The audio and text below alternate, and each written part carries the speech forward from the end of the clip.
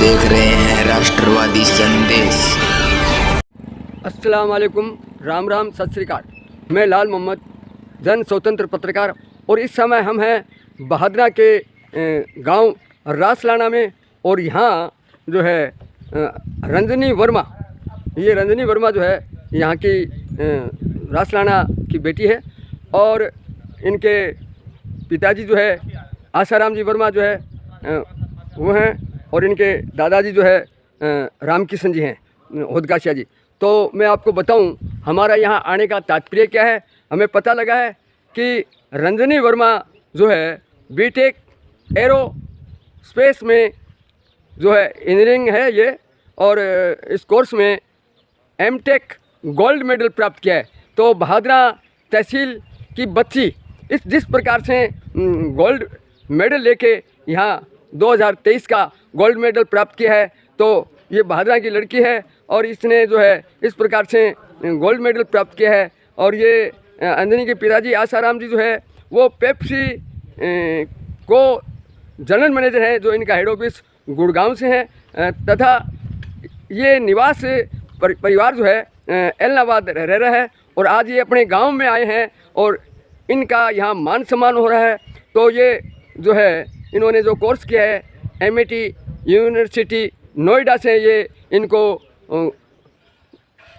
Gold medal प्राप्त हुआ है। तो आज इनका स्वागत हो रहा है। तो हम आपको रंजनी वर्मा से भी मिलेंगे और उनके परिवारजनों से भी मिलेंगे, तो सारी जानकारी देंगे। इनके दादाजी हैं रामकिशन जी, उनसे भी बात करेंगे, गांव वालों से भी बात करेंगे। तो बड़ी खुशी की बात है कि आज हमारे बहादरा तहसील की एक बच्ची जो है इस प्रकार से गोल्ड लेके अपने गांव में आई है। तो गांव वालों को भी खुशी है और परिवारजनों को तो होनी है। तो देखते रहिए राष्ट्रवादी संदेश। जो लोग राष्ट्रवादी संदेश से नहीं जुड़े हैं उनसे निवेदन है कि वो यूट्यूब पे राष्ट्रवादी संदेश को सब्सक्राइब कीजिए। अगर हमारा वीडियो अच्छा लगे तो सब्सक्राइब कीजिए और लाइक कीजिए, शेयर कीजिए। तो मैं ले चलता हूँ आपको रामकिशन जी होदकाशिया जी के निवास पे, और वहाँ उनकी पोती जो है रंजनी वर्मा, उनसे भी मिलेंगे, और इनके पिताजी जो है आसाराम जी, उनसे भी मिलेंगे। तो देखते रहिए राष्ट्रवादी संदेश।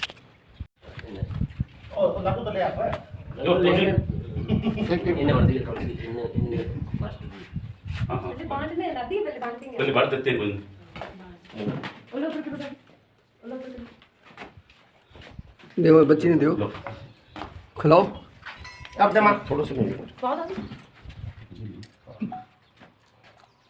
थोड़ा देव ने गाड़ियां वो कर दिया आगे से आ जा।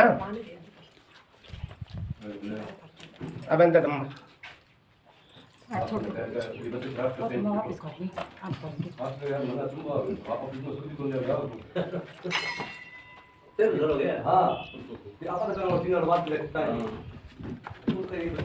तो इस प्रकार से यहाँ जो मिठाइयाँ बांटी जा रही है गोल्ड मेडल प्राप्त करने पे, रंजनी वर्मा को भी बधाई दी जा रही है और परिवारजन बड़ी खुशी मना रहे हैं।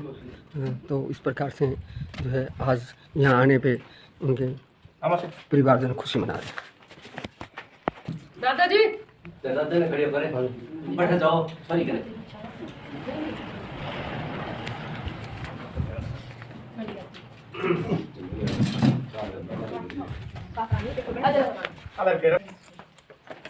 अब तो बार तो देख जानते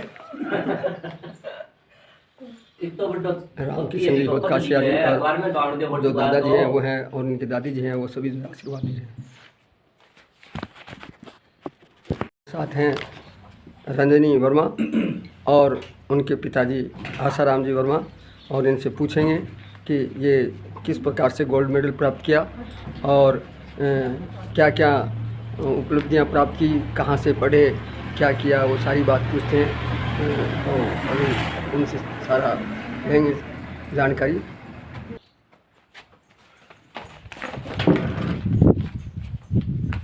अब कितने टाइम बाद में गांव में आप कैसे महसूस कर रहे हैं? गांव में किस प्रकार से स्वागत हुआ आपका? मैं मतलब वैसे तो आती रहती हूँ मेरे दादाजी और मेरी दादी जी से मिलने के लिए, मतलब हमारा जो कोर फैमिली है वो यहीं पे है, तो मैं आती रहती हूँ मिलने।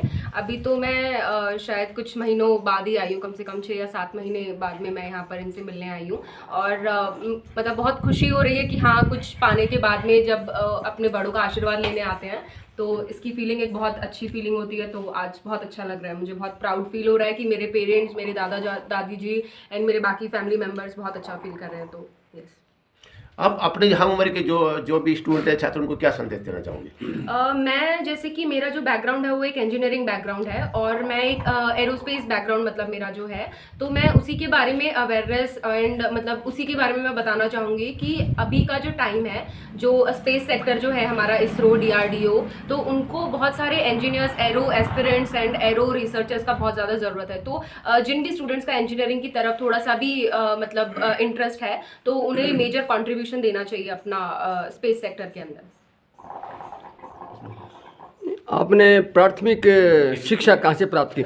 मेरी प्राथमिक शिक्षा तो मैंने, जैसे मेरे पापा जब जॉब में थे तो उनका बहुत ट्रांसफर्स एंड ऑल सब होते रहते थे, तो मैंने कम से कम 6 स्टेट्स में पढ़ाई की हुई है और मैंने 13 से भी ज़्यादा स्कूल्स अपने बदले हुए हैं। तो बट लेकिन अगर मेरा 9वीं से लेके अगर 12वीं तक अगर आप हम मुझसे पूछें तो मैंने एक ही स्कूल से किया है, एलनाबाद से किया है, CRDAV public senior secondary school से। तो वहाँ से मैंने मेरी 9वीं से लेके 12वीं तक की कक्षा में मैंने पढ़ाई की है। नहीं, आपने जिसमें गोल्ड मेडल प्राप्त किया है, हाँ, उसमें कितनी विद्यार्थी थे या आपके? हाँ जी, तो फिर मैंने 12वीं के बाद में अपना एडमिशन लिया था बीटेक एरोस्पेस इंजीनियरिंग में KIIT यूनिवर्सिटी भुवनेश्वर में। फिर मैंने बीटेक अपना कंप्लीट करने के बाद में एमटेक का प्रिपरेशन किया, मैंने अपना टेस्ट एंड ऑल सब कुछ का प्रिपरेशन किया।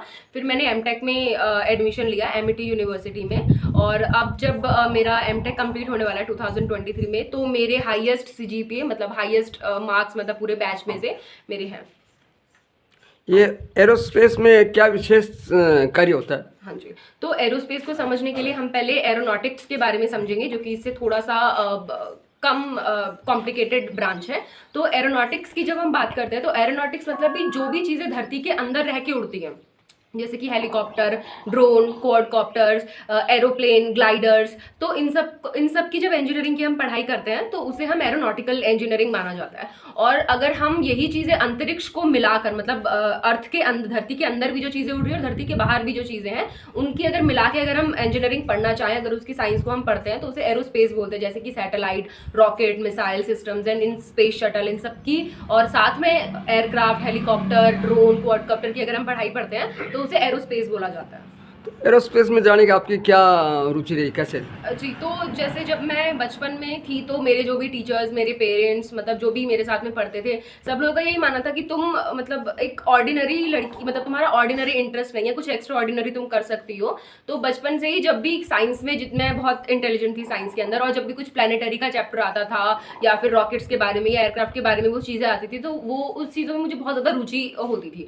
फिर मैंने मेरा जब 12th तक मैंने क्लियर किया नॉन मेडिकल से, फिर उसके बाद में जब 12th से लेके ग्रेजुएशन के बीच में जो टाइम होता है, मतलब कॉलेज के बीच में जो मतलब एडमिशन लेने का जो टाइम होता है, उसके मेन टाइम में मैंने मेरे इंटरेस्ट से रिलेटेड कि क्या चीज़ मुझे अच्छी लगती है, क्या चीज़ मुझे एक्साइट करती है, मैंने कल्पना चावला के बारे में पढ़ा, वो तो मुझे बचपन से ही वो मेरी इंस्पिरेशन थी। तो उसके बाद में मैंने डिसाइड किया कि मुझे एरोस्पेस इंजीनियरिंग करनी है। तो हाँ, मैंने एरोस्पेस इंजीनियरिंग चूज़ किया और आज मैं एक कामयाब एरोस्पेस इंजीनियर हूँ। और अभी मेरा पोस्टिंग हुआ है as an HOD, head of department, aerospace department के अंदर मेरठ में IIMT यूनिवर्सिटी में। हाँ जी, IIMT यूनिवर्सिटी मेरठ में एरोस्पेस डिपार्टमेंट का पूरा मैं हेड हूँ। और अभी रिसेंटली, ये कल का ही बात है, मैंने एक रिसर्च मतलब कि एक मैंने खोज की है जो कि इंटरनेशनल जर्नल में पब्लिश हो चुकी है। तो वो एक बहुत बड़ी, मेरे हिसाब से मतलब बहुत बड़ी उपलब्धि जो है मैंने प्राप्त कर ली है, जो कि अभी पब्लिश हो चुका है मेरा पेपर। और मैंने हाइब्रिड इलेक्ट्रिक प्रोपल्शन सिस्टम के ऊपर अपनी खोज की है, जो कि इंटरनेशनली एक्सेप्ट हो चुकी है। नहीं, आपको गोल्ड मेडल तक पहुंच गए तो आपके परिवार का भी आपको सहयोग रहा है, तो परिवार के बारे में आप दूर भी रही, माता पिताओं से भी दूर रही, तो परिवारजनों का कैसा माहौल के बारे में, उनका सहयोग के बारे में थोड़ा? मतलब मेरे मम्मी, मेरे पापा का हमेशा से मतलब फाइनेंशियली, इमोशनली और मेंटली मेरा हर तरीके से सपोर्ट किया गया। हाँ, मुझे अलग रहना तो मतलब ये था कि मुझे रहना ही पड़ेगा अगर मुझे बाहर जाकर पढ़ना था तो, बट मुझे थ्रू आउट द टाइम मुझे बहुत ज़्यादा सपोर्ट किया गया है।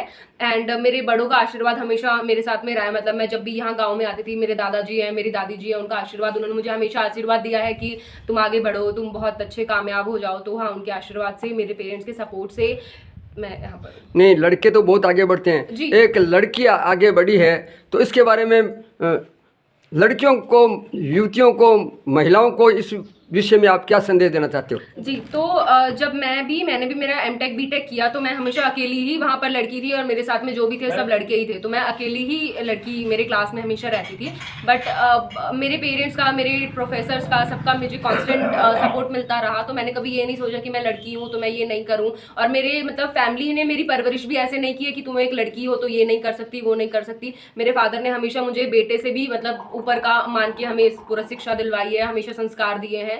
तो मैं सभी को भी यही कहना चाहूँगी, जो भी पेरेंट्स हैं, अपनी लड़कियों को सप्रेस करने का कोशिश मत करो। जो भी उनके ड्रीम्स हैं उनको सुनो, उनको समझो, और जो भी आगे बढ़ना चाहते हैं उनको हर तरह से सपोर्ट करो। मतलब जैसी लड़की रुचि रखती है उसकी रुचि को दबाए नहीं और उसकी रुचि को आगे बढ़ने दें। जी जी जी। तो हमारे साथ आसाराम जी है, इनके पिताजी। तो आसाराम जी, आपकी बच्ची गोल्ड मेडल प्राप्त की है, वो भी एरोस्पेस में, तो इसके विषय में आप क्या कहना चाहते हैं? मैं बहुत खुश हूँ और मैंने मेरी बेटी को ऑलवेज़ इस टाइप से, इसी एंगल से सपोर्ट किया है। मैं उसको एक साइंटिस्ट ही देखना चाह रहा था, इसी पाथवे पे मैंने इसको डेवलप कराया था और मुझे बहुत खुशी है आज मेरी बेटी वैज्ञानिक बन गई है और IIMT यूनिवर्सिटी की हेड ऑफ डिपार्टमेंट हो गई है, तो मुझे बहुत खुशी है। हमारे साथ रामकिशन जी जो हैं, होदकाशिया जी, इनके दादाजी। तो उनके दादाजी से पूछेंगे, रामकिशन जी, आज थारी पोती जो है वैज्ञानिक बन गई और गोल्ड मेडल प्राप्त करे, तो थाने क्या महसूस हो गए? मुन्ना ना समझ आ ना बहुत खुशी होने लग रही है। कहना मतलब खुशी धन्यवाद है, खुशी की बात है। तो बहुत बहुत बढ़िया। हाँ, तो मैं यहाँ के सरपंच है और ये भीम सिंह जी फड़ोलिया जी। तो भीम सिंह जी, आज आपके गांव की बच्ची और वैज्ञानिक में, एरोस्पेस में, ये गोल्ड मेडल तो बहुत लोग लेते हैं, लेकिन एरोस्पेस जो है कि बहुत बड़ी वैज्ञानिक है, और आपके गांव की बच्ची गोल्ड मेडल लेके आज आपके गांव में आई है, आपके गांव की बच्ची है, तो इसके बारे में आप थोड़ी अपनी बात बहुत खुशी की बात है। हमारे गांव की बेटी वैज्ञानिक बनी है और इससे गांव में संदेश भी ठीक जाएगा और लड़कियों को आगे बढ़ने के लिए प्रेरणा भी मिलेगी, और ये बहुत ही खुशी की बात है। तो ये थे रासलाना में रंजनी वर्मा का यहाँ स्वागत हुआ और इनके परिवारजनों ने और गांववासियों ने यहाँ खुशियाँ मनाई, लड्डू बांटे, मिठाइयाँ बांटी और एक दूसरे को धन्यवाद भी दिए। आत्माराम जी, हाँ जी, आत्माराम जी, बड़े बाबा जी, तो इनके ताऊ जी हैं। हाँ। तो आप बताइए, आज आपकी बच्ची गोल्ड मेडल लेके आपके गांव में आई है, इसके बारे में आप क्या कहना चाहते हैं? मैं अत्यधिक प्रसन्न हूँ। वैसे बचपन से ही मुझे पता था कि ये बच्ची कुछ एक्स्ट्रा करके दिखाएगी और हमें मौका मिला ही नहीं। बहुत जल्द, जितना जल्दी होना, हमने सोचा था कि शायद टाइम लेगी, लेकिन इन्होंने कभी टाइम लिया ही नहीं। जैसे जैसे समस्या आती गई ये स्वयं हल करती गई और हमें भी प्रेरणा देती गई कि मैं, देखो जो आप चाहते हो ना वो मैं बहुत जल्द बन के दिखाऊंगी, और हमारा सपना है वो पूरा किया है। वैसे हम बहुत गरीब परिवार से बिलोंग करते थे पहले, हमने सोचा तक नहीं था कि हमारे बच्चे भी कभी इंजीनियर या डॉक्टर बनेंगे, लेकिन हमारे सपने को हमारे बच्चों ने पूरा किया है। बहुत बहुत धन्यवाद सर। तो ये है, मैं रंजनी जी से एक बात और पूछना चाहूँगा, मेरा अंतिम है कि आपके कितने भाई बहन हैं? जी, मेरी एक छोटी बहन है जो कि मुझसे 7.5 साल छोटी है। वो क्या कर रही है? वो अभी 11th क्लास में है, 11वीं कक्षा में पढ़ती है। वो भी नॉन मेडिकल उसके पास में स्ट्रीम है और उसका भी सपना एक इंजीनियर बनने का है। जैसे कि मैं मेरे पिताजी के कदमों पर चली हूँ, तो उसी हिसाब से वो भी मुझसे और मेरे पापा से बहुत ज़्यादा इंस्पायर है, तो वो भी एक इंजीनियर बनने का सपना देखती है। तो ये छोटी बहन है जी, हैं? क्या नाम है आपका? विदिता वर्मा। है जी? विदिता। अच्छा विदिता जी, बताइए, आप अभी तो 11 में हैं और आगे आपका भी बहन को देख के आपकी भी उत्सुकता होगी कि मैं भी गोल्ड मेडल लूँ, मेरा भी मान सम्मान हो, तो उसके विषय में आपकी क्या रुचि है, क्या बनना चाहती हैं? 10th तक तो मुझे इतना नॉलेज नहीं था, हाँ। हाँ, पापा और दीदी हमेशा से मेरे सपोर्टिव थे, तो मुझे हमेशा से यही था कि दीदी और पापा है, सपोर्ट कर देंगे, मेरा हो जाएगा। बट जब से 11th में आई हूँ, दीदी को देखा है, पापा को देखा है, समझ आने लगा कि नहीं, खुद की लाइफ है, खुद को कुछ करना है। तो तब से मैंने सोच रखा है कि दीदी ने अपने नेशन को इतना आगे सपोर्ट किया है, पापा ने हमें, पापा दीदी फैमिली ने सभी हमेशा ये कहा है कि जो करो अपने गाँव को, अपने पेरेंट्स को और अपने नेशन को हमेशा लेकर करना है। तो मेरा भी हमेशा से है कि जाना डिफेंस में ही है। तो बहुत जल्दी आप भी रासलाना का गांव का नाम ऊंचा करोगे। बहुत बहुत धन्यवाद। तो देखते रहिए राष्ट्रवादी संदेश, लाइक कीजिए, सब्सक्राइब कीजिए। जो लोग राष्ट्रवादी संदेश से नहीं जुड़े हैं वो राष्ट्रवादी संदेश से जुड़े। मैं लाल मोहम्मद जन स्वतंत्र पत्रकार फिर आपसे मिलूंगा नए समाचार साथ। जय हिंद, जय भारत।